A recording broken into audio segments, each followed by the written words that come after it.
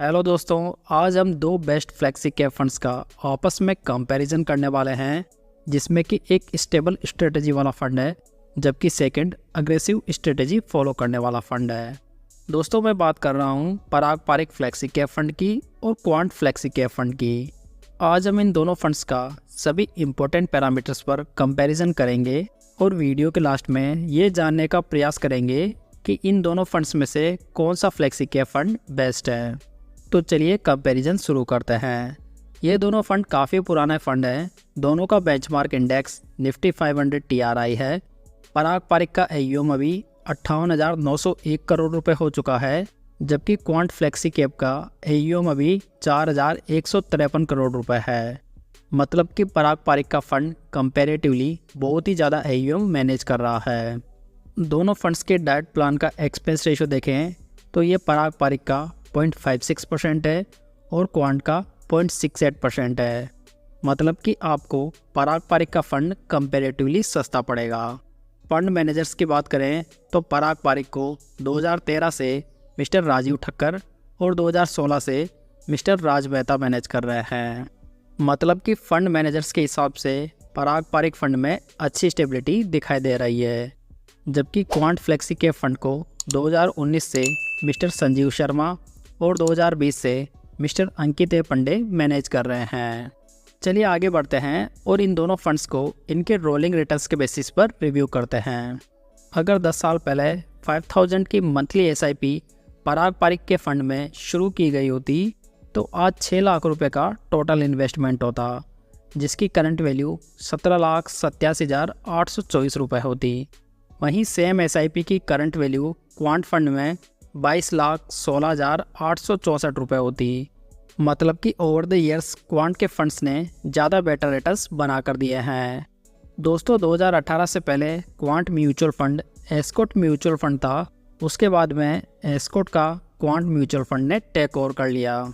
अगर 10 साल पहले इन दोनों फंड्स में 1 लाख रुपये लमसम इन्वेस्ट किए गए होते तो आज पराग पारिक में इसकी वैल्यू 6,42,281 रुपये होती, जबकि क्वांट में 9,26,950 रुपये होती।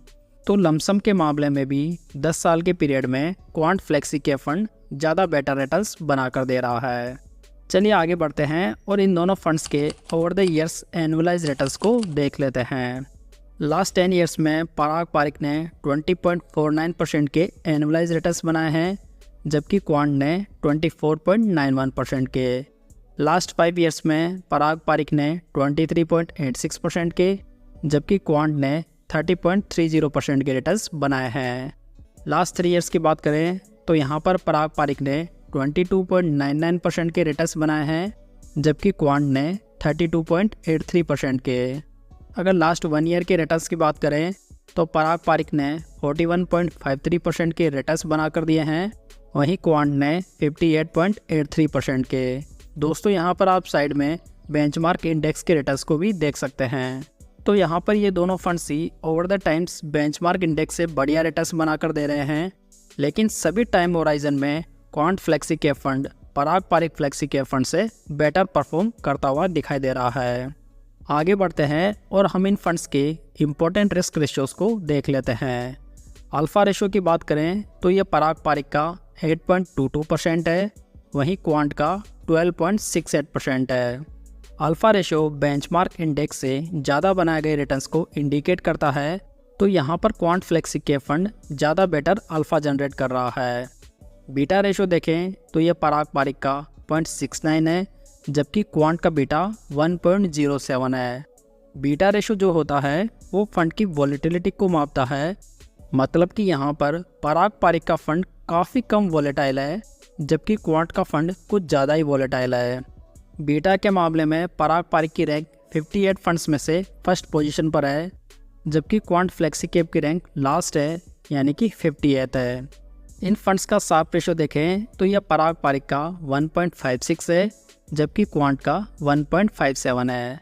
साप रेशो जो होता है वो रिस्क एडजस्टेड रिटर्न्स को मेज़र करता है। तो यहाँ पर रिस्क रेशियोज़ के मामले में इन दोनों फंड्स में हमें मिक्स रिजल्ट्स देखने को मिल रहे हैं। नेक्स्ट अब हम इम्पोर्टेंट पैरामीटर पोर्टफोलियो के बेसिस पर इन फंड्स को इवेल्युएट करते हैं। पराग पारिक के पोर्टफोलियो को देखें तो इसमें 46 स्टॉक्स मौजूद हैं और पोर्टफोलियो का टर्नओवर रेशो 4.16% है। टर्नओवर रेशो ये बताता है कि फंड मैनेजर ने पोर्टफोलियो स्टॉक्स में साल भर में कितना बदलाव किया है। मतलब कि पराग पारिक का फंड पोर्टफोलियो स्टेबिलिटी के मामले में बढ़िया फंड है। पराग पारिक के पोर्टफोलियो में टॉप 5 स्टॉक्स में 31.86% इन्वेस्टेड है और टॉप 3 सेक्टर्स में 33.63% लगा हुआ है। ये फंड 15.39% फॉरेन स्टॉक्स में भी इन्वेस्ट किए हुए हैं। मतलब कि पराग पारिक फ्लेक्सी कैप में आपको इंडियन स्टॉक्स के साथ में फॉरेन स्टॉक्स का भी एक्सपोजर मिल जाता है। वहीं बात करें क्वांट फ्लेक्सी कैप की तो इसमें 45 स्टॉक्स अवेलेबल हैं। इसका टर्नओवर रेशो 161% है। मतलब कि साल भर में इसका पोर्टफोलियो लगभग 161% से बदल जाता है। टॉप 5 स्टॉक्स में इसका 28.29% लगा हुआ है और टॉप 3 सेक्टर्स में 25.76% का वेटेज है। अगर मार्केट कैपिटलाइजेशन के अकॉर्डिंग डाइवर्सिफिकेशन देखें तो लार्ज कैप में पराग पारिक ने 89.17% लगाया हुआ है और क्वांट फंड ने 49% इन्वेस्ट किया हुआ है। मिड कैप में पराग पारिक ने 9.33% इन्वेस्ट किया हुआ है और क्वांट फ्लेक्सी कैप ने 39.07%। वहीं स्मॉल कैप में पराग पारिक ने 1.50% और क्वांट ने 11.93% का एक्सपोजर ले रखा है। तो दोस्तों हमें यहाँ पर क्लियरली दिखाई दे रहा है कि पराग पारिक ने लार्ज कैप स्टॉक्स में ओवर एक्सपोजर ले रखा है, जबकि इसमें मिड कैप और स्मॉल कैप में मामूली सा एक्सपोजर है।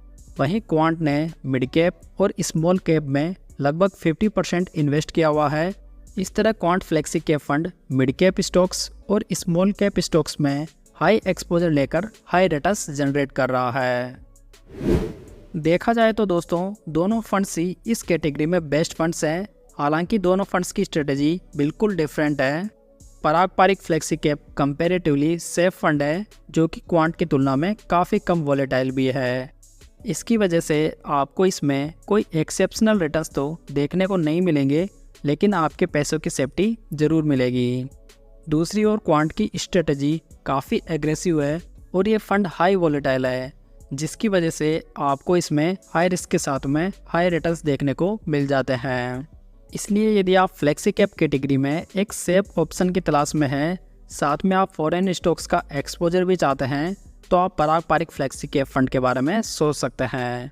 वहीं यदि आप फ्लेक्सी कैप फंड में भी थोड़ी हाई रिस्क उठाने को तैयार हैं, तो क्वांट फ्लेक्सी कैप फंड के बारे में विचार कर सकते हैं।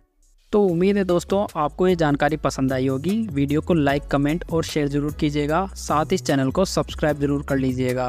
तो चलिए दोस्तों फिर मिलते हैं एक नई जानकारी के साथ। तब तक जय हिंद, जय भारत।